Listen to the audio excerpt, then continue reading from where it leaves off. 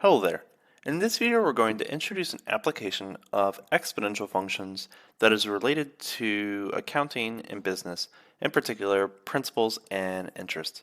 So you may already be aware of the simple interest formula,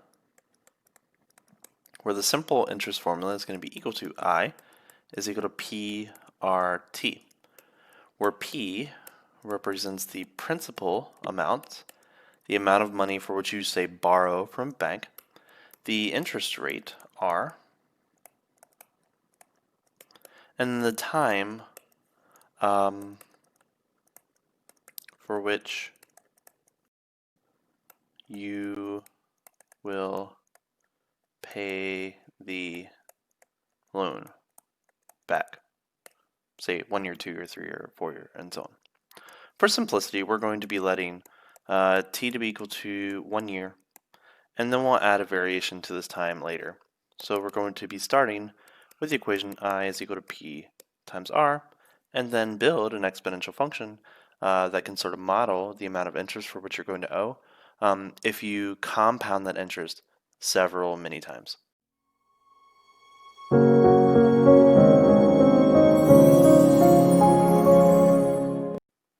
Alright, so let's begin the process of the compounding interest formula.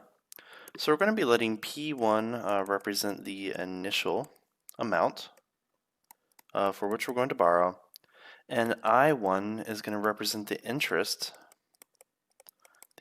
incurred on that particular principal P1.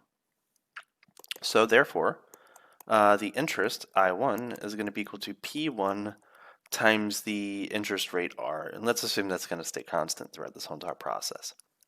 So we're going to denote A1 by the amount you owe at the end of that first term. So the amount we owe is going to be equal to the amount we borrowed plus the amount of interest that was incurred on that particular balance. So if that is the case, that means the amount we owe is going to be equal to P1 plus, well, we know I1 is just P1 times R, so this is just going to be P1 times R. We can factor out a P1, so we're going to have P1 times 1 plus R. So that's the amount for which we're going to owe, right? So let us assume we do not pay. So let's assume no payments are applied, right? And then we go into a new period or cycle. So we're going to be defining this amount here. I'm going to call this our new amount. And then interest is going to compound onto the old principal. So now the interest that we had to pay before is now part of the new principal for which interest is going to accumulate on, right? So that's an exponential way that some banks can accumulate profit, right? Compounding interest, right? Good or bad, I'll let you decide. So how much do we have to pay for the second term? So that's going to be equal to the amount we borrowed, right?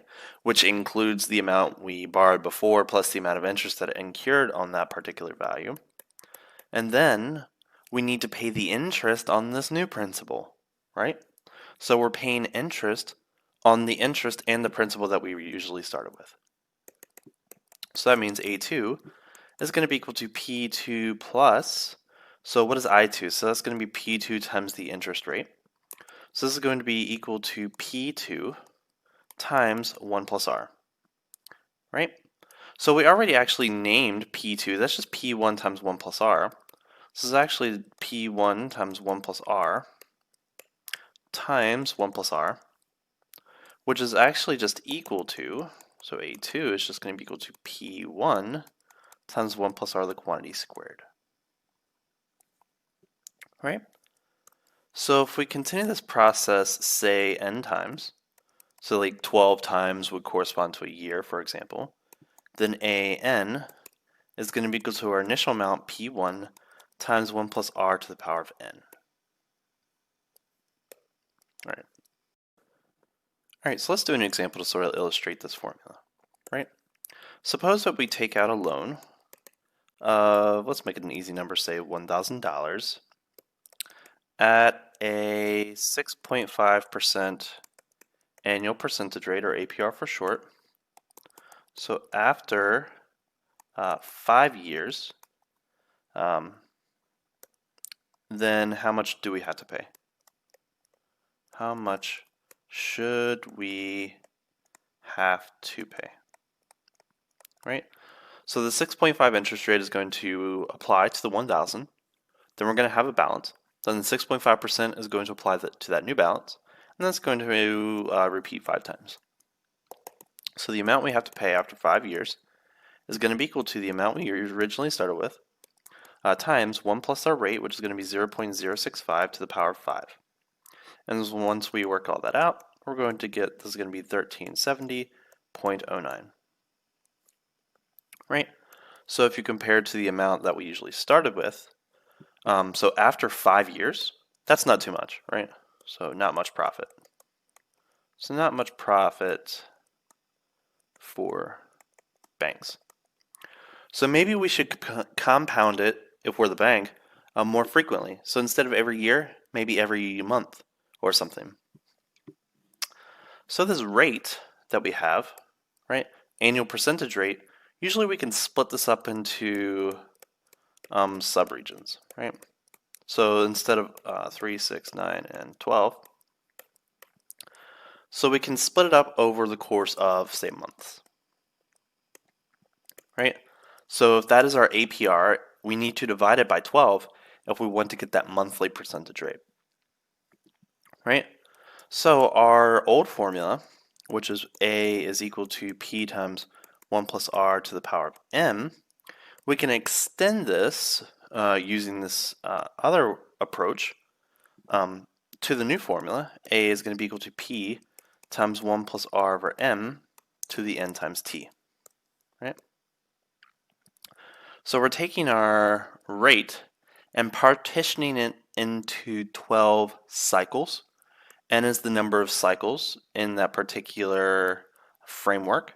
And keep in mind, T and R should be in the same exact unit, right? So same unit, right? So if T is in years, then R should be like an APR.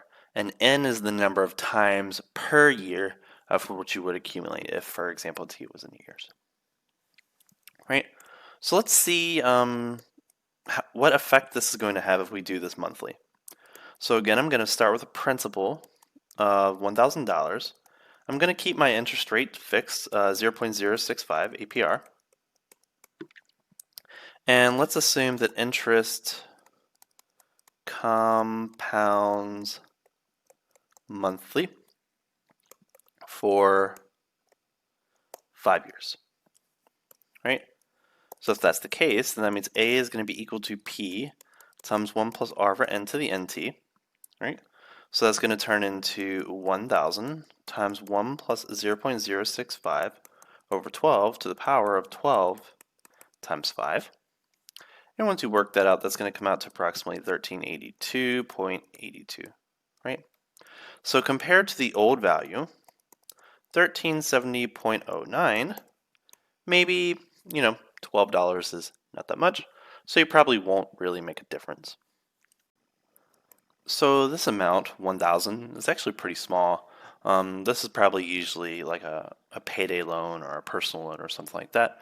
Usually like loans for cars, boats, houses, and such are usually a little bit more, and the APR is usually a lot more higher, right?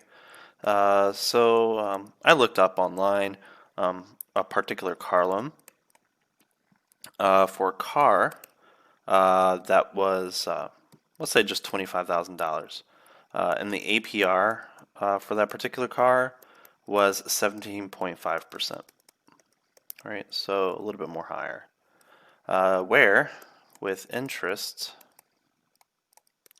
compounded monthly, and let's assume that the life of that loan was 6 years. So how much money from this $25,000 will I have to pay? So let's calculate that. So A is going to be equal to 25,000, so that's my original principal, 1 plus the rate, 0.175 divided by the number of times per year times the number of times per year times the number of years. And once you actually work out that calculation, you're going to get that this is going to come out to 70,901.61 approximately. So compare that to the amount we started with, right? That's more than double that we started with. So for this car that we have purchased with this particular loan, we've paid for the car twice, well, almost actually 3 times. So we've actually purchased the car 3 times even though we have one car. And after 6 years, usually the car is not in its best shape, right? So if you have the money straight up and you really want to buy this car, just use cash for it. Then you save all that money, right? So this difference, right, so is going to be the interest, right? So the amount you have to pay minus the principal. So that's going to come out to, how much is that? 45,901.61. So that is profit to the bank that you borrowed this from, right? So if you just pay $25,000, you actually save $45,000 over the next 6 years, right? So keep that in mind if you ever decide to borrow money from a bank. So what if they actually want to make more money? So compounding that interest more often. So what we want to do is make n as large as possible, if we're the bank now, right? So what I'm going to do is I'm going to make n get extremely large. Like I'm going to compound 1 million times per year. That's going to give me more interest, right? So the maximum amount that I can get, so this is sort of like a rational equation in terms of n, right? So I'm going to consider the limit as n goes to infinity of this particular thing, right? So I'm going to make n really large. And what is that going to go to? So I'm going to ignore this p because that's a constant as far as this n is concerned. So this is just actually going to be p times making n extremely large, which I just denoted as LAM. And if you don't know what a limit is, that's okay. We'll talk about that in calculus. Then we have 1 plus r over n to the power of n, r raised to the power of t. So I'm just using the power rule for exponentials, in particular power to a power. You multiply those values together. So we actually already proved what this is equal to numerically. This is actually going to be equal to e to the power of r, right? So remember that as n gets extremely close to infinity, 1 plus 1 over n to the power of n gets close to e.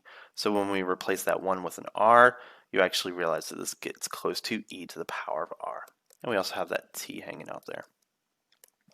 So this value, a, the maximum value that you can get, is actually given by the equation p times e to the power of rt, right? And some people leave off this max value and just say a is equal to p e rt, and this is compounded not monthly, not daily, but continuously. So every instant of time, no matter how small, that is how much you have to pay. So if we do the same example with the car loan, so we're going to be borrowing again $25,000 times e to the power of the rate, 1.175, times the number of years. And you're actually going to get this as approximately equal to $71,441.28. Right? So it's about $1,000 more, but it's still profit in the banks while that they didn't have before. Right? So every day, every hour, every minute that you do not pay, they're making money. So, take these things in to the back of your mind when you actually do these in real life. But that's just one of the basic applications of exponential functions. Hope you enjoyed. As always, if you enjoyed, please like this video, consider leaving a comment, and if you enjoy the channel content, please subscribe. We publish several new topics every single week. Thank you.